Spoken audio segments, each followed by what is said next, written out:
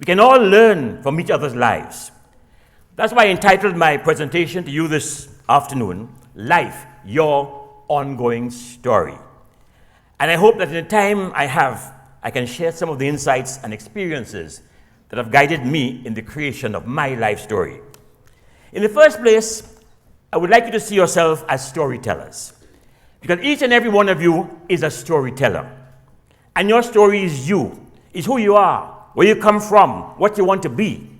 And the most important thing to remember is that you are in charge of your story. You are in charge of your story. You can make it a good story or a bad story, a happy story or a sad story, a success story or one of abject failure. It's entirely up to you. You know, in storytelling, we always like to make sure we clear ourselves and let you know it's a storytelling. This is why, you know, in French islands, we say, Tim Tim, story time. Jamaicans say, Jack Mandora, me not choose none, story time. Canadians say, we're selling it and we buy it, story time. Spaniards say, había una vez, story time. Journalists say, reliable sources, story time. You know? And politicians say, if elected, story time. So we always are part of story time. You know, when I was coming, you know, I was born in 1942. You check the years. You know, so I look like I'm 25 years old, but I'm much older than that. And someone said to me, you know, the youth of today are different to the youth of 40 years ago. So what are you going to speak to them about? Well, that may be so. Barbados, the world today is quite different to the world of 40 years ago. The way we dress, the food we eat, the games we play, the technology we have, the internet, computers, cell phones, PlayStations, and what have you. We also have more information, more problems making and choices, and of course, more freedom from responsibility. Again, it's up to you to be responsible. But no matter how advanced socially and technologically you are today, there are certain principles of life that remain constant and are keys to success and excellence. No matter what the profession, there are certain principles that remain constant. So what are these keys? The first thing, you must like what you do. Choose a profession not because it's so important or it's popular and it makes you rich. Choose something that you would really like to do for the rest of your life. Choose something that you have a passion to do. You ask people, what would you like to do? Well, boy, I want to be an astronaut. I want to be prime minister. I want to die, you know, all kind of ridiculous things.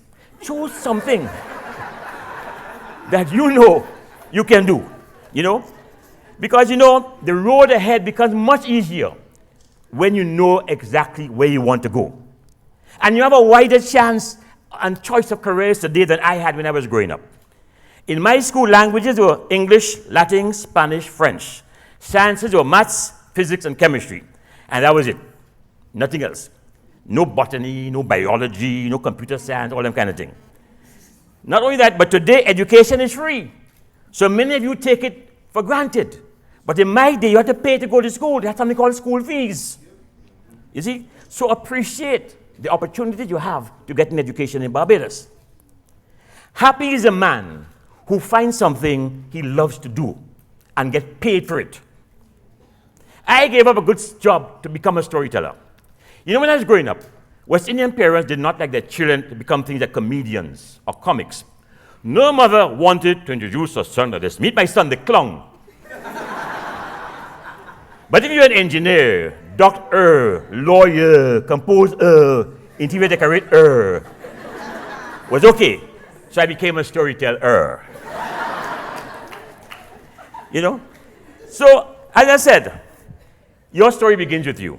So the first step is writing the story. The first step is to know yourself. Know what you can do and what you cannot do. Know your limitations. Don't choose things you know you can't do.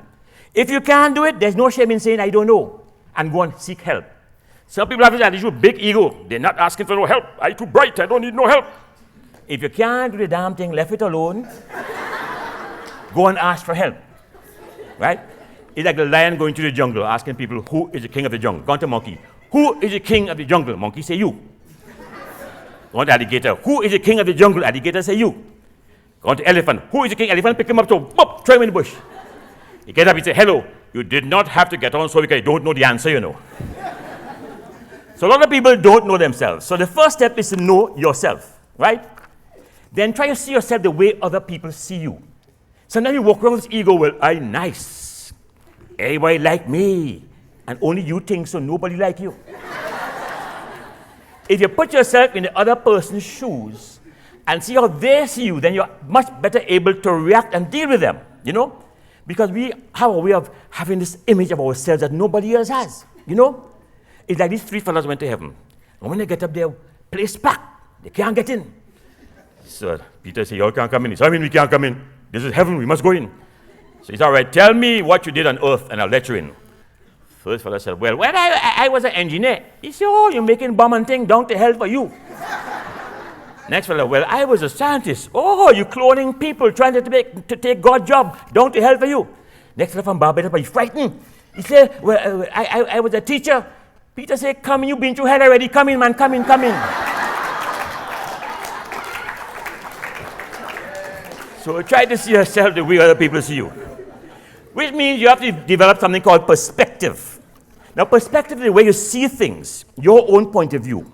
And this conditions the way you react, the decisions you make in the Caribbean. You know, we love humor and we love rumor. Two things we like, humor and rumor. I always have people willing to tell you, well, I know this. I have contacts. I have friends in high places. And they don't know one damn thing. And stupid you following them, No. Do the research. Find out for yourself. Don't take other people's information. Get your own facts and figures so you can make an informed decision. When you make it, you know it's the right thing because you check it out yourself, you know? Yes, man, a lot of things like that, we follow too many people. It's like this fellow in the Oval. Come on the Oval, drunk as the Lord. Jump in a taxi. Tell the taxi driver, take me to the Oval. The driver say, but you're in the Oval already. He say, okay, do not drive so fast next time. So you see, everybody has their point of view and their perspective. Do not do things because your friends are doing them. You have a brain. Think it over. Think before you do it. And if your friends want you to do something you disagree with, that is wrong, then he or she is not your friend. Yeah? The message here is to choose your friends carefully. You must all have heard the expression, friends bring you go, they don't bring you back. Police bring you back. You know? We use the word friends very easily in the Caribbean. He is my friend. He's my partner. She's my good partner. And we don't know one damn thing about them, you know. Think about it, eh? You call people friends. You don't know where they're living. You don't know their mother. You don't know their father. If they drop dead, you don't know who to call. You don't even have a telephone number. But that is my friend. No. That is not your friend. That is somebody you know. Right? So make sure you choose your friends properly. Which brings us a very important key in the development of your life. The art of listening. You must learn to listen. And not just listen, but hear. Hear what is being said. And sometimes what is not being said. There's a saying in the storytelling world, 3 apples fell from heaven, 1 for the teller, 1 for the listener, and 1 for he who heard. Because not everything that people say to you, you hear or you understand. Some people listen, but they don't hear. And we are a Caribbean people. We love to talk. If you see 50 people in a room all talking at the same time about different things and marking other people's conversation, you have to shut your mouth and listen. Listen to your students. Listen to your teachers. Listen to the community. Take the advice from people who are willing to give you as grown-ups. Listen. If you take the word listen, L-I-S-T-E-N, you get S-I-L-E-N-T. Same word. Listen and silent, same word. So to hear, you must shut your mouth. It's like when a fella fall off a precipice. Police come to take him out. Drop down a rope, tell him, tight on your hand. He say, my hand mash up, nothing can't tie. Policeman say, tight on your foot. He say, my foot mash up, nothing can't tie. Policeman say, tight on your waist. He say, boy, my whining days over, my waist mash up. So he say, okay, how about your teeth? Yo, my teeth are fine. Okay, we drop in the rope, bite it, we go pull you up. So he drop the rope, he bite it, and they start to pull him up. Pulling. Everything going nice. Till he's by the top. Policeman say, how you doing? He say, okay, man, okay. And the moral of the story is know when to open your mouth and when not to open your mouth. Listening is a very important part of something called communication. To be a success at anything, no matter the career you choose, you must be able to communicate. To be able to let people understand you. which means you must be able to speak and write properly, which means you must read. Read, read, read, read. I cannot emphasize this more enough. Reading, right? Because reading, it helps you develop your verbal skills. I remember my days in school. Sometimes I borrow about 5 books from the library. They used to ban me from the library. You're taking too much. Why are you doing with them books? You're selling them or what? But I used to finish a book in a day and go back and get another one. So start taking 5 at one time. But I love to read. And I credit reading with the abilities I have developed in writing and performing. They say information is about giving out. Communication is about getting through. You can have all kind of information you want and not understand. So some people say we have communicated. You have not communicated. You have just given information. If the other person does not understand you, then you have not communicated. Communication is what you want to say, what you actually say, what the other person hear. It's like 2 half-deaf men going on the road. One say, "You're going to the beach?" Other one, "No, I'm going to the beach." "Oh, I thought you was going to the beach." All right.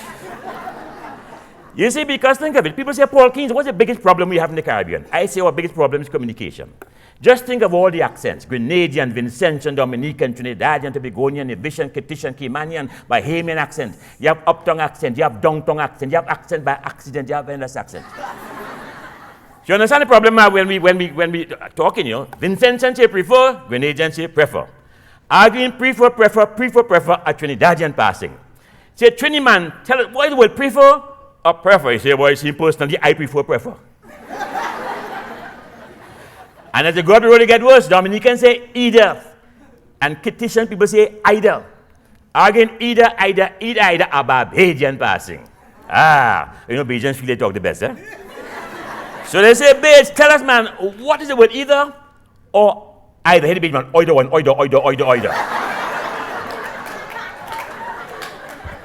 So you can understand when we talk about communication. Because you see, when we speak in the Caribbean, it's not what we say, but what people see when we say what we say.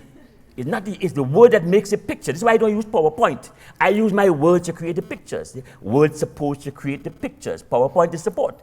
You see, because we speak in pictures. We say things like reverse back. We are feeling well sick. We say my shoe a little big. We say put on the hot water to heat. We say we're coming and going. We say just get a whole half. We say all these things and we know what we mean. So sometimes what we say is not really what we are saying. You have to see the picture. So communication is about seeing and not necessarily about hearing. You see? While living the other day in Trinidad in Cascade, a woman running behind the garbage truck telling the man, "You have room for more garbage?" So she says, "Man, jump in." So you understand the importance of communication in building your life story. Boys and girls, life is a learning process. And in learning anything, you will make mistakes. And there's nothing wrong with making a mistake. The point is you must learn from your mistakes. They say a wise man learns from his mistakes, and a wiser man learns from the mistakes of others. So do not be scared of making a mistake. But just make sure that you learn from that mistake. You must have good memory. And in the Caribbean, we suffer from something called memoritis, very short memories. After 2 months, we forget everything. It becomes folklore, right? Remember, it's like this priest with a horse, and he trained the horse.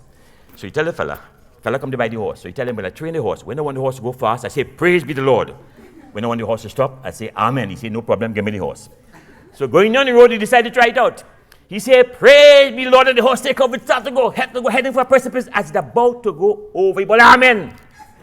The horse stopped. Boy, he's so happy about praise be the Lord.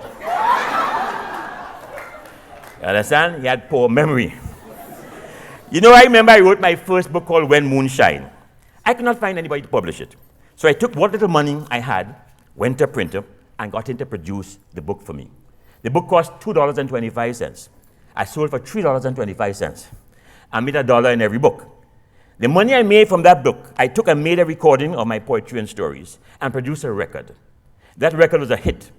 And it started my whole career and brought me to this day where I have something like 16 albums, CDs, and books, and all kinds of things. See? The point is, at the time, I knew nothing about publishing, recording, or putting on shows. But I found out how to do it, got my own money, and made it happen. I had faith in myself. I believed that people would buy my books, would buy the records, and would come to the shows. I believed I was good enough, and I invested my own money in myself. And you have to have that same belief in yourself. Today, whether you have money or not, people still looking for a sponsor. You're supposed to only look for a sponsor when you don't have money. You can't wait 6 months to put on a project waiting on a sponsor when you have money in your pocket. Take your money, put on your project, go for the sponsor when you don't have money. But your project will come out. So my books are always way ahead of everybody else. Because why are they waiting on a sponsor? My book's selling. And if your book is good, it will sell. If your book's Japanese, it will not sell. So don't worry, print no book. Even though it's Japanese, you're going to print. But the point is, you cannot wait and hold up your project for months when you have money at home and you're afraid to put it in yourself. No, have the faith in yourself, right? The point is, you have to really want to be what you are. School is not just for passing exams, you know. You have to take care of your bodies, lead healthy lifestyles. You live in a world today where you must be aware of the danger of drugs, substance abuse, and transmittable diseases. It is your responsibility to keep a clear mind in a sound body. Many brilliant stories have ended badly through drug abuse. In any case, the cost of medicine these days, you cannot afford to get sick. I see my time is up. You have been a great audience, you know.